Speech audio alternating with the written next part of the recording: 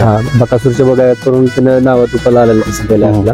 म्हणजे बकासूर सोबत पळालेला होता आपला नंदी.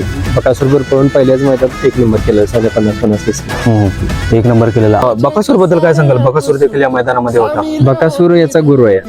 हा बकासूर जिंकला काय तरी आम्हाला खूपच आनंद आहे. म्हणजे आमचा शेवटी कार्तिकचा गुरु जिंकला म्हणजे कार्तिक जिंकला. बरोबर आहे. हार जीत होत राहते. आता समजा बॅड पॅच आहे.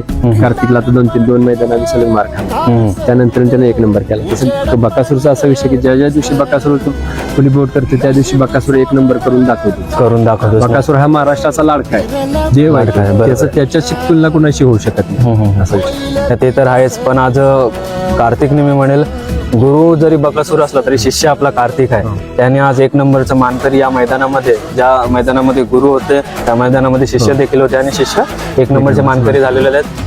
तर बकासूर म्हणजे त्यांची जी पूर्ण फॅन फॉलोइंग आहे त्यांना पण आनंदच असेल की कार्तिक कुठे ना कुठेतरी 1 नंबर. कार्तिक बकासूर गुलालात राहिला तर ते आनंदी असतात आणि कार्तिक गुलालात राहिला तरी ते सुद्धा तेवढंच आनंद व्यक्त करतात. ते सुद्धा म्हणजे तोही बैल आपलाच आहे आणि हा बी बैल त्यांचाच आहे असा विषय, घरचाच विषय असल्यासारखा. घरचाच विषय असला तर